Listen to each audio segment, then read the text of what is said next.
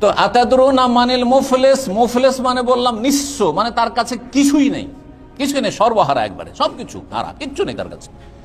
ফুলুস মানে পয়সা, আর মুফলিস মানে যার কাছে কিছুই নেই, পয়সাই নেই। কোত্থেকে হইল?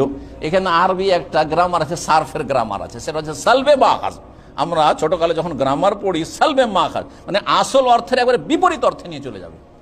তো মুফলিস যখন বললেন তখন মাফি ফুলুস হয়ে গেল, মানে ফুলুস নেই ওর কাছে, একটা পয়সাও নেই, একটা কড়িও নেই। আগের যুগে কড়ির হিসাব হইতো, জি। তো একটা পয়সা নেই তার কাছে। আতাদরুনা মানিল মুফলিস, তোমরা কি চেনো যে কে তোমাদের মধ্যে সবচাইতে বেশি সর্বহারা, একবার নিঃস্ব? তখন সাহাবীরা যেহেতু মুফলিস শব্দ বুঝেন, নবী সাল্লাল্লাহু আলাইহি ওয়াসাল্লামকে বলছেন যে ইয়া রাসূলুল্লাহ ইন্নাল মুফলিস আল মুফলিসু মান লা দিরহাম লাহু ওয়ালা মাতা। মুফলিস সর্বহারা নিঃস্ব ওই ব্যক্তি যার না একটা দিরহাম টাকা আছে, না ওয়ালা মাতা, না কোনো মাল সামান আছে, বাড়িতে কোনো মাল সামানও নাই, আসবাবপত্রও নেই, আর কোনো টাকা পয়সা নেই। তখন রাসূলুল্লাহ সাল্লাল্লাহু আলাইহি ওয়াসাল্লাম বললেন, আরে এটা তো দুনিয়াতে বলা হয়, তোমরা আসলটা জানো না। হাসরের মাঠে মুফলিসকে, হাসরের মাঠে কে সর্বহারা নিঃস্ব একবারে কে? শোনো, ইন্নাল মুফলিসা মিন উম্মতি মান ইয়াতি ইয়াউমাল কিয়ামাতি বিসসালাতিন ওয়া সিয়ামিন ওয়া যাকাতিন ওয়া ইয়াতি কাদ শাতামা হাযা ওয়া আকালা মাল হাযা ওয়া সাফাকা দামা হাযা ওয়া যারাবা হাযা ওয়া কাযাফা হাযা ফায়ুতা হাযা মিন হাসানাতি ওয়া হাযা মিন হাসানাতি ফাইন ফানিয়াত হাসানাতু ক্বাবলা আন ইউখযা মা আলাইহি উখিযা মিন খাতায়াহুম সুম্মা তুরিহাত আলাইহি সুম্মা তুরিহা ফিন্নার। সহিহ মুসলিমের হাদিস, রাসূলুল্লাহ সাল্লাল্লাহু আলাইহি ওয়াসাল্লাম। আমার উম্মতের সর্বহারা নিঃস্ব ওই সব লোকেরা মাইয়াতি ইয়াউমাল কিয়ামাত বিসসালাতিন, কিয়ামতের মাঠে, হাসরের মাঠে আসবে বেনামাজি হয়ে নয়, অনেক নামাজ নিয়ে এসছে। বিসসালাতিন, সালাত, নামাজ নিয়ে এসছে, নামাজে কোনো ঘাটতি নেই, তাহাজ্জুদ গুজার, সহিহ আকীদা, মাশাআল্লাহ। ওয়া সিয়ামিন, রোজাতে কোনো ঘাটতি নেই।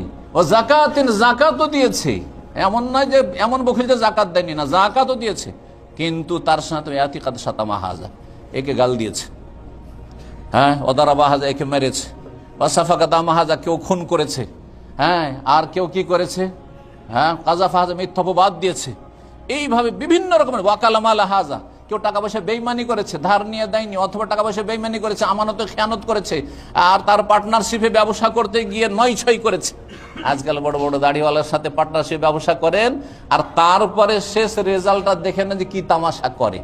যার হাতে হিসাব নিকাশ, তার কোনো লস নেই, শুধু লস দেখাবে আপনাকে, ভাই লস আর লস, লস আর লস, সব গেল, সব গেল, লস আর লস। আউযুবিল্লাহ, আউযুবিল্লাহ। এইরকম লোকদেরকে চিনি, চিনি, যে পবিত্র জায়গায় সৌদি আরবে থাকে, এমনকি মক্কাতেও থাকে, এমনকি মদিনায় থাকে, সুবহান, মানুষের লাখ লাখ টাকা বেমানি করে চলে গেছে দেশে, অথবা এখানে বেমানি করে বসে আছে, সব লস। যারা শেয়ার সাথে, তাদের শুধু লস আর লস, লস আর লস, ওর কোনো লস নেই। কিয়ামতের দিনে বুঝবে সর্বহারা মুফলিস হয়ে সেদিন হাজির হবে, নিশ্চয়ই হাজির হবে। যখন এত হক নষ্ট করে আল্লাহর সামনে হাসরের মাঠে হাজির হয়েছে, আল্লাহ কি করবেন? ফায়ুতা হাযা মিন হাসানাতিহি, সব আসবে দাবিদাররা। আল্লাহ আমাকে মেরেছে, আল্লাহ আমাকে গাল দিয়েছে, আল্লাহ আমাকে খুন করেছে, আল্লাহ আমার মান সম্মান নষ্ট করেছে, মিথ্যা অপবাদ দিয়েছে, আল্লাহ আমার সাথে এই করেছে, আল্লাহ আমার বেঈমানি করেছে, টাকা পয়সা বেঈমানি করেছে, ধার নিয়ে দেয়নি।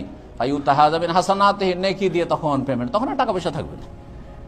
একে নেকি দেওয়া হলো, ওকে নেকি দেওয়া হলো, নেকি দিয়ে দিলে যা, এরা জাহান্নামে যাচ্ছিল, কিন্তু কিছু নেকি কমে যাওয়ার কারণে ওই নেকিটা পেয়ে গেল, যে দুনিয়াতে ধার কর্জা দিয়েছিল বা যে জুলমের শিকার হয়েছিল, এখানে যে নেকিটা পরের পেয়ে গেল, ওতে জান্নাত চলে গেল। ওরা যারা জাহান্নামের আসামি কিছুদিনের ছিল, একবারে চিরস্থায়ী জাহান্নামে মাপ পাবে না, যারা কাফের মুশরিক হয়ে মরেছে, কিন্তু মুসলিম ফাসেক ছিল, পাপী ছিল, কিছুদিনের সাজা শাস্তি হয়তো বেঁচে গেল, দুনিয়াতে জুলমের শিকার হওয়ার কারণে ওইখানে পরের নেকি পেয়ে জান্নাত পেয়ে গেল সেখানে। তারপরে নেকি দিতে দিতে দিতে নেকির ব্যালেন্স শেষ হয়ে গেল। শেষখানে আর কিছু লোকেরা আসছে, আসার বলছে, আল্লাহ এ তো আমার হক নষ্ট করেছে, এই তো আমার জুলুম করেছে, টাকা পয়সা বেইমানি করেছে, যার যে অভিযোগ তার বিরুদ্ধে বলবে। আল্লাহ বলবে যে নেকি দেখো, বলছে ফেরেশতা বলছে নেকি তো নেই, আর নেকি সব শেষ হয়ে গেছে, শেষ, তাহলে কি করা হবে?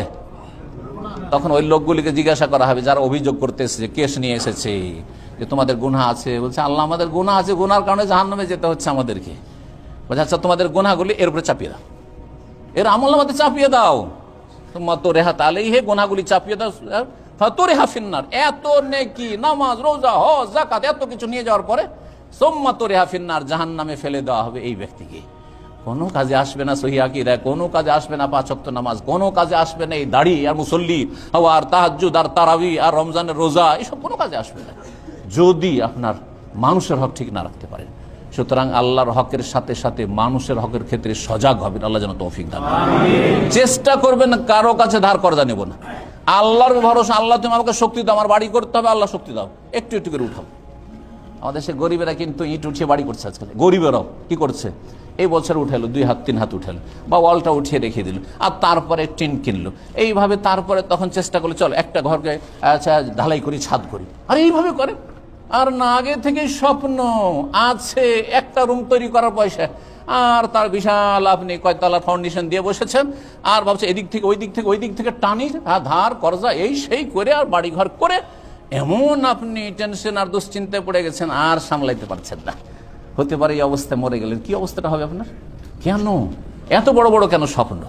আল্লাহ বুঝার তৌফিক দান করেন, সংশোধনের তৌফিক দান করেন, অল্পতে আল্লাহ পরিতুষ্টি যেন দান করেন, রোজিতে আল্লাহ বরকত দান করেন, দুনিয়া যেন আমাদের 2 নম্বরে রাখার তৌফিক দেন, 1 নম্বরে যেন না হয়ে যায়।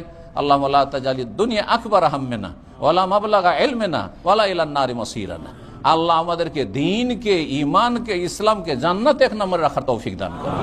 দুনিয়ার আল্লাহ সার্বিক কল্যাণ দান করুন, আখিরাতের সার্বিক কল্যাণ দান করুন, জাহান্নামের আযাব থেকে রক্ষা করুন, 5 ওয়াক্ত নামাজ পড়ার তৌফিক দান করুন, শিরক বিদআত থেকে আল্লাহ বাঁচিয়ে রাখো, নবীর তরিকায় চলার তৌফিক দান করুন, ইলম শিখার আমল করার তৌফিক দান করুন।